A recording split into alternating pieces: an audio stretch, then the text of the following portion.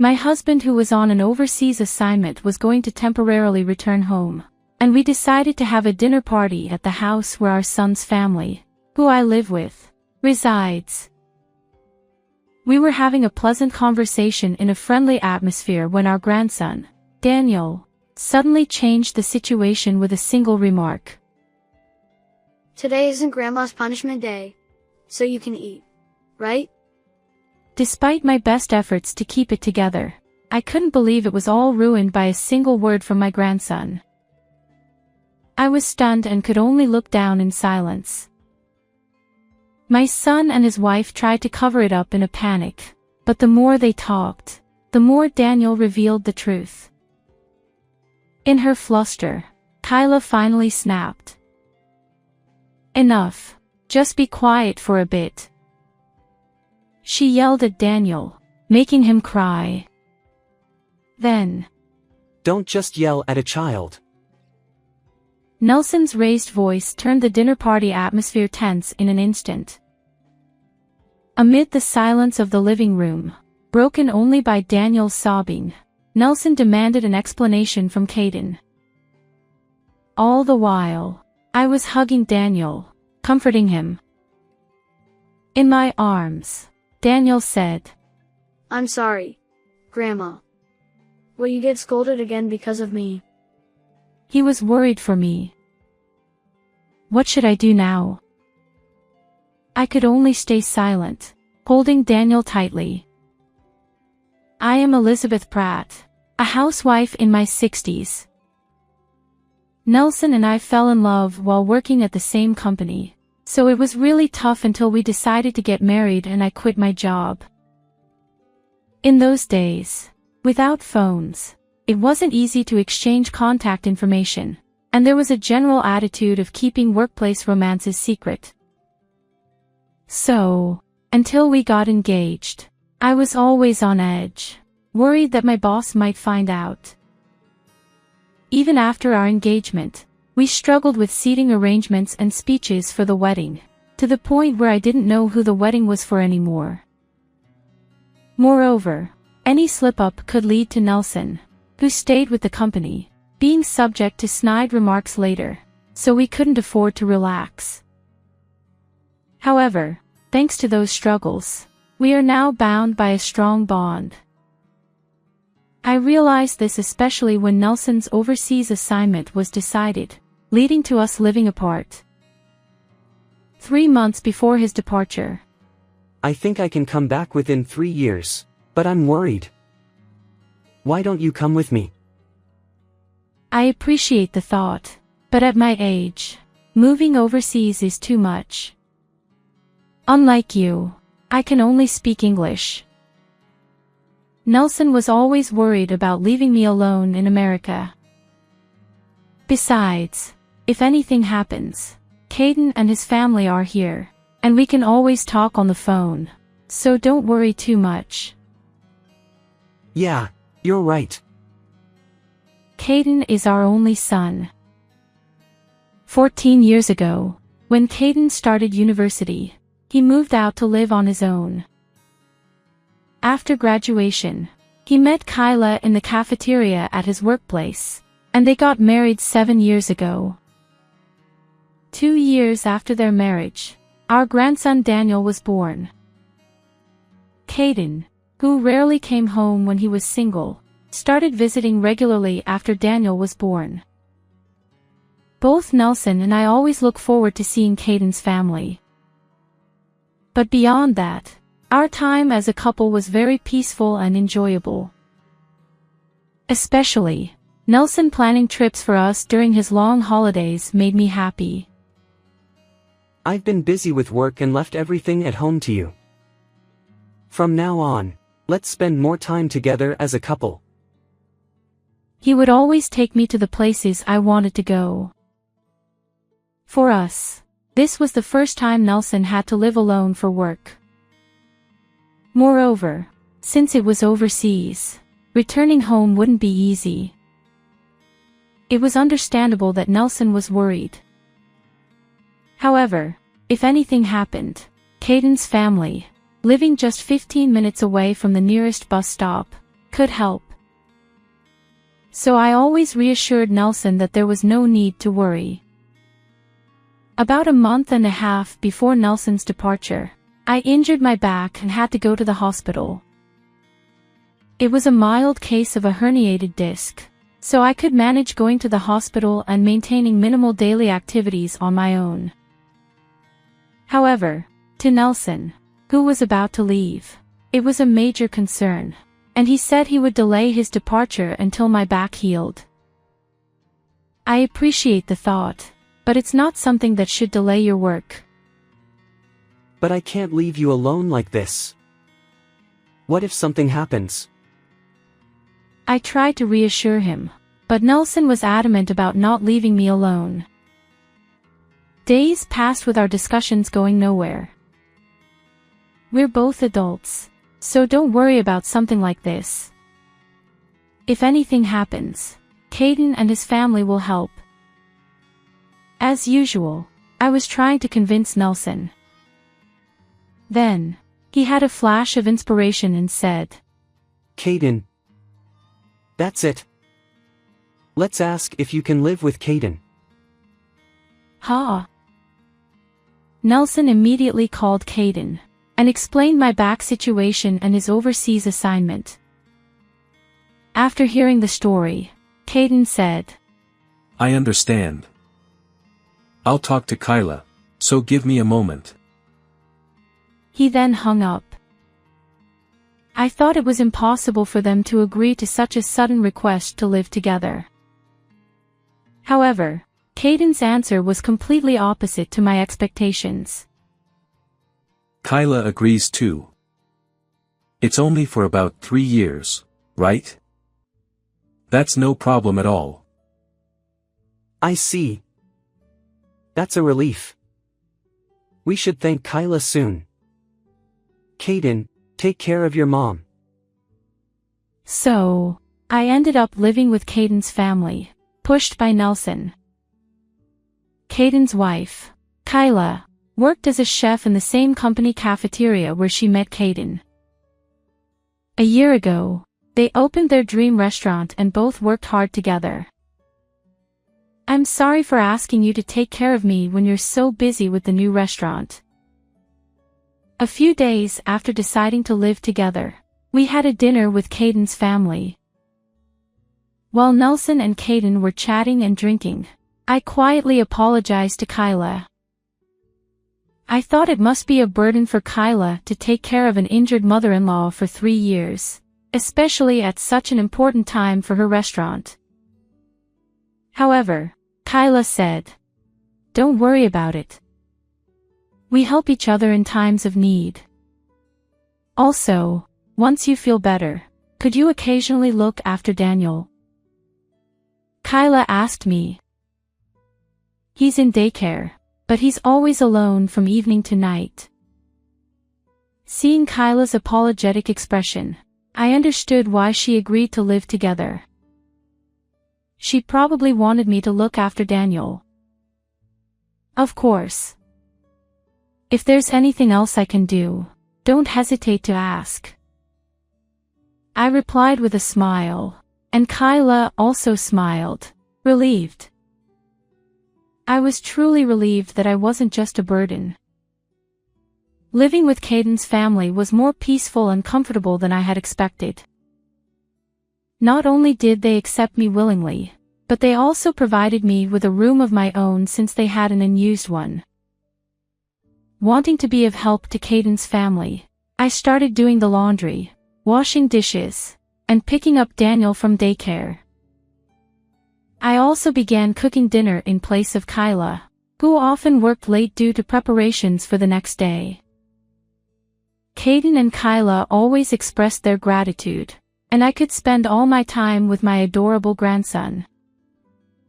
Although this cohabitation started on Nelson's sudden whim, I was truly happy and spent each day grateful to my husband and son. However, this happy time did not last long. The trigger was an innocent comment Daniel made during dinner. I like Grandma's food better than Mom's. Oh dear. Thank you. There was no way my simple home cooking could surpass a professional chef. But to Daniel, who had parents running a healthy restaurant, my American-style cooking might have seemed delicious. Additionally, Daniel proudly mentioned that he could eat vegetables he usually disliked if I cooked them. I praised Daniel, telling him he was amazing. To be honest, Daniel's likes and dislikes were very similar to Caden's when he was a child.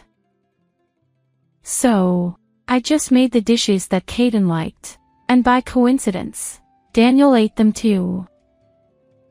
However, this seemed to have struck a nerve with Kyla. If you like Grandma's cooking so much, why don't you have her cook for you every day from now on? Kyla's expression was calm, but her tone clearly indicated she was angry. Both Caden and I sensed that saying anything unnecessary would be unwise and continued eating in silence. However, 5-year-old Daniel didn't notice this and said, Really? Yay. I get Grandma's food every day. He was overjoyed. Seeing Daniel's reaction only made Kyla's mood worse. Since then, I started preparing all meals for Caden's family. Being a housewife, cooking was no burden at all. The problem was that Kyla's gaze became increasingly sharp as she watched Daniel and Caden enjoying my food. Moreover, Daniel began to call for me for everything. Bath time, reading stories, getting dressed, drawing, bedtime, no matter what it was, he called for me. I responded happily because I loved my grandson, but Kyla might have felt as if her child was being taken away.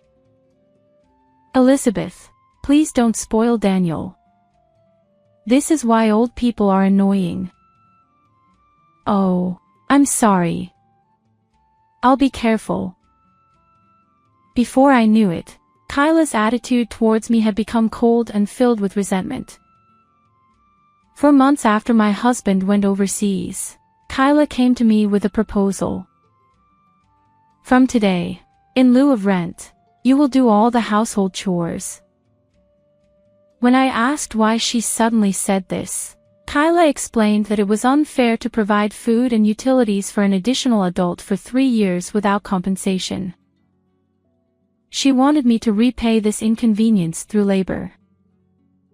Your back pain is healed, right? Then from now on, work properly. Her cold gaze and matter-of-fact tone left me speechless. Was this really the same Kyla I knew before living together? Though I was terrified by how much she had changed, I decided to comply silently. After all, she had a point. Expenses had increased with one more adult in the house. I understood her desire to offset this through chores. I resolved to be more considerate of Kyla and reduce her burden. By doing so, I hoped she would calm down and things would return to how they were. At that time, I genuinely believed that with effort, we could restore our good relationship. However, this hope was soon shattered. When I folded the laundry, I was scolded for doing it poorly. When I washed the dishes, I was berated for doing it badly. When Daniel showed affection towards me, I was accused of bribing him with food to win his favor. No matter how hard I tried to be considerate, it only seemed to provoke Kyla more. Still, I continued to handle household chores for the sake of my son and his family. The only solace I found was that Daniel and Caden enjoyed my cooking and finished their meals. However, even this soon became a problem. What's so great about this old-fashioned home cooking? It's bland, unattractive, and inedible. After saying this, Kyla would head to the kitchen, cook a meal for herself, and eat alone. The atmosphere at the dinner table was icy, as if we had seen a ghost. I was too scared to move, fearing what harsh words Kyla would say next.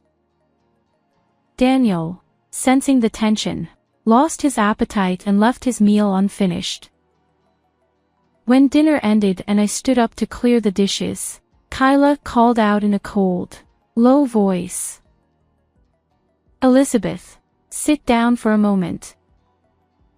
Dreading the reprimand, I sat back down and cautiously looked at Kyla's face, which was more hostile than ever. "I'm a professional. When I cook, it incurs a cost. Do you understand?" "Yes, I understand."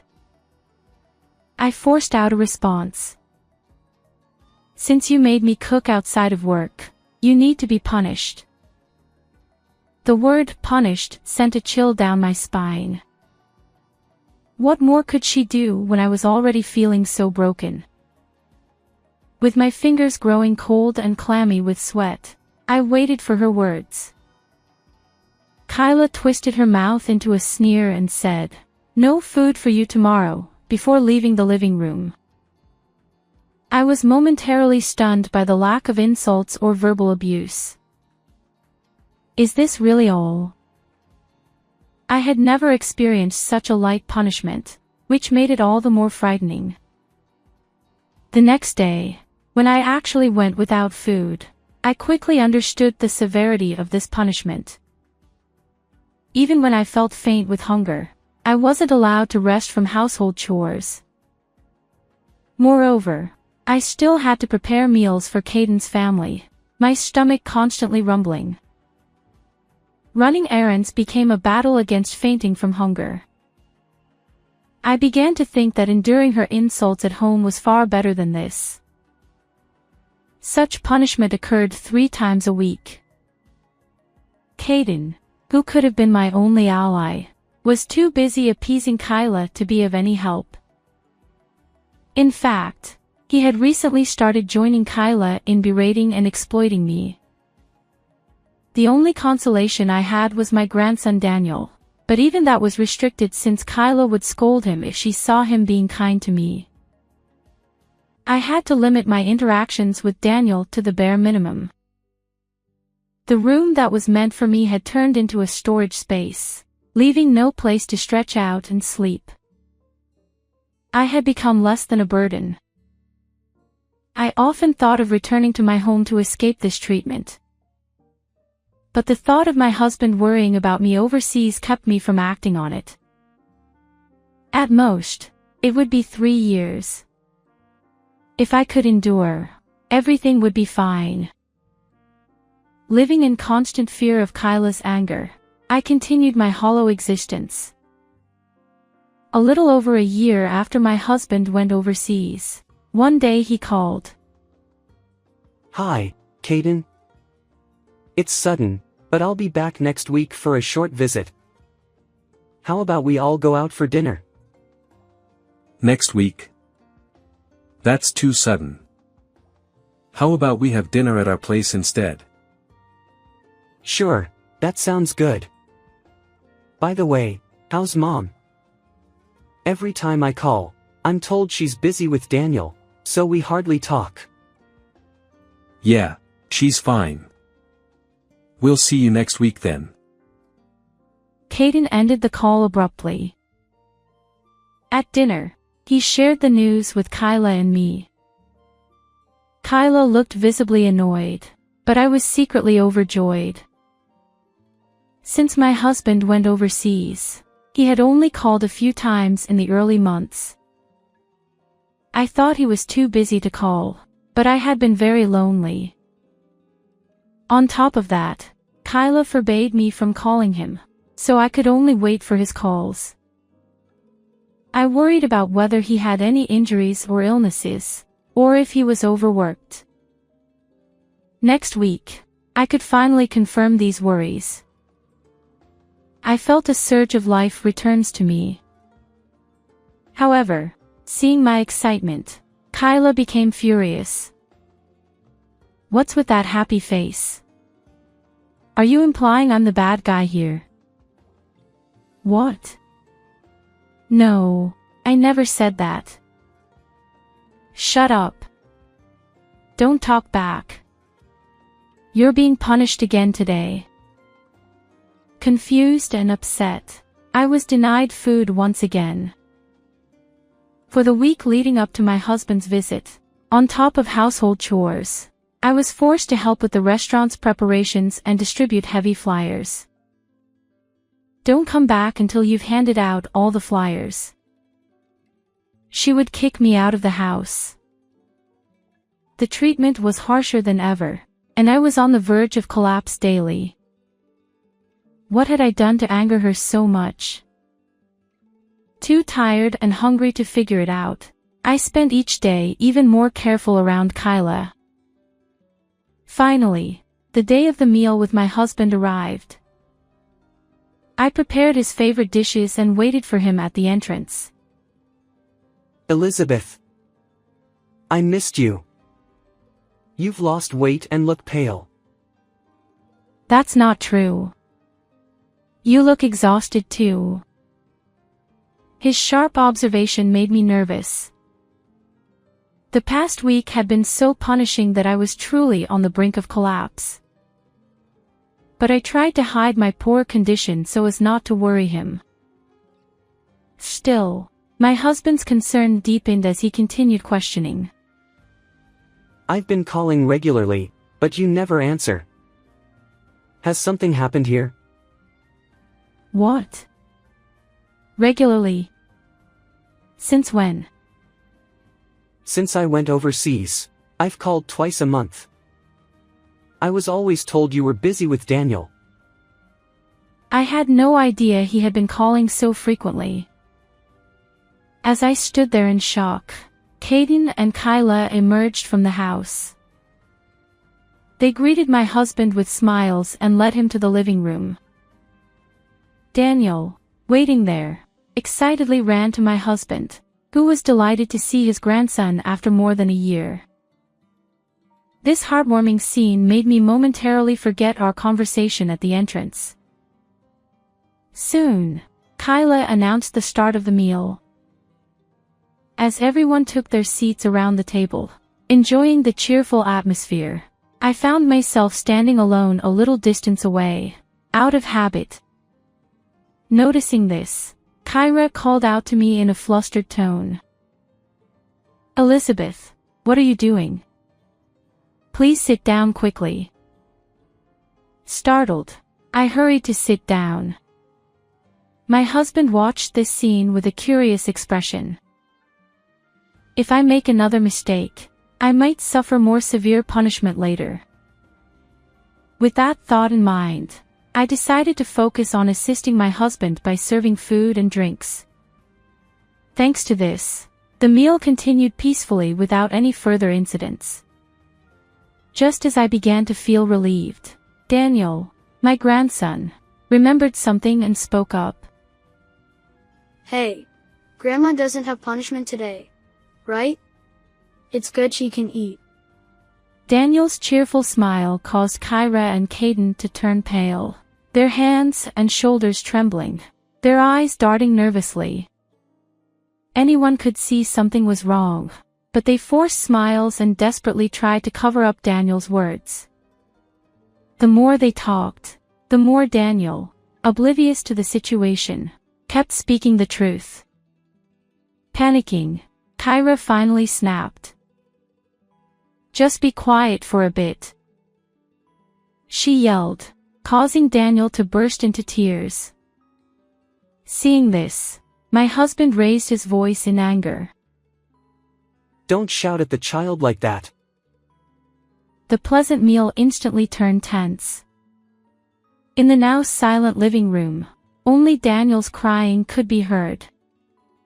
My husband, with a voice lower and heavier than I had ever heard, demanded an explanation from Caden. I spoke to Elizabeth earlier, and she said she didn't know about the bi-monthly calls. What's going on?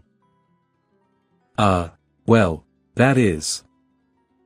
I mean.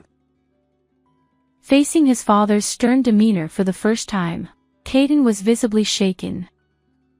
My husband's persistent questioning led Caden to confess everything about their treatment of me. Throughout this, I held and comforted Daniel. Despite fearing more scolding from Kyra later, I couldn't leave my sobbing grandson.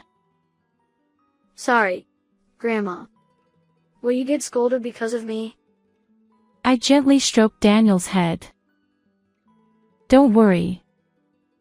Daniel, you did nothing wrong. I reassured him as best as I could. After about 10 minutes of questioning, my husband, overwhelmed with disappointment, buried his head in his hands. Discovering that his son and daughter-in-law had been mistreating his wife was hard to believe. Adding to his distress was the fact that he had proposed the cohabitation and had supported the restaurant's opening. The shock was immense. I trusted you both, which is why I supported Elizabeth living with you and helped with the restaurant funds. What were you thinking? After pondering for a while, my husband suggested ending the cohabitation. He also demanded the immediate return of all the living expenses he had sent during this period. Hearing this, I was shocked. What? Wait a minute. What living expenses? You didn't know about that either. Seeing me shake my head, my husband looked even more dejected and glared at Caden and Kyra. According to him, when the cohabitation was arranged, it was agreed that he would send $300 monthly for my living expenses. Caden was supposed to inform me about this arrangement later. But I had never heard anything about the remittance. Instead, I had been told to work to cover living costs and had been treated like a servant.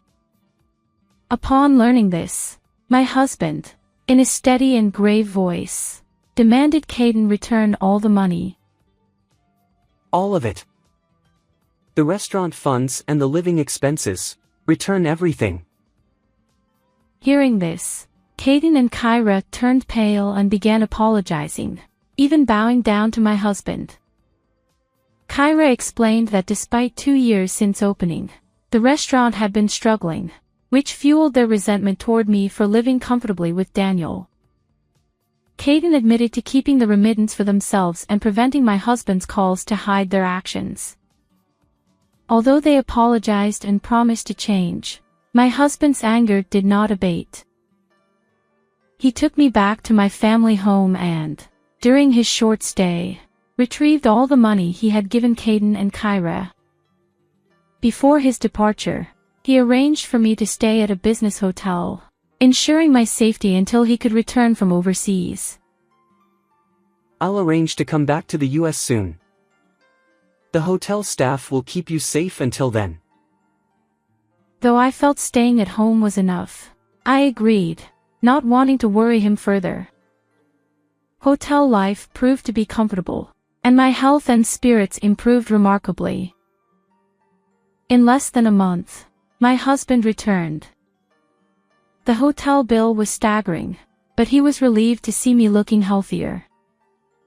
I felt profoundly grateful to have such a caring husband. Back home, Caden and Kyra frequently visited, pleading for more financial support. However, the trust once broken could not be restored. Their restaurant, struggling even more, eventually closed within 2.5 years. Their dreams shattered, and their marriage fell apart. Kyra left, taking only her belongings, leaving Caden with their son, Daniel. Caden, now burdened with debt and child-rearing, turned his life around, finding a new job and working hard. To support him, I began caring for Daniel again. Though we provided no financial help, I took care of Daniel when Caden worked late. Daniel, soon to be a primary school student, proudly showed off his new backpack. Look at this backpack. It's so cool with this gold part. Thank you, Grandpa and Grandma. Watching Daniel, full of pride, always brought me joy. My husband and I look forward to supporting Daniel and hope Caden finds a kind and compassionate partner. How did you like this story? Please subscribe to our channel. See you in the next video.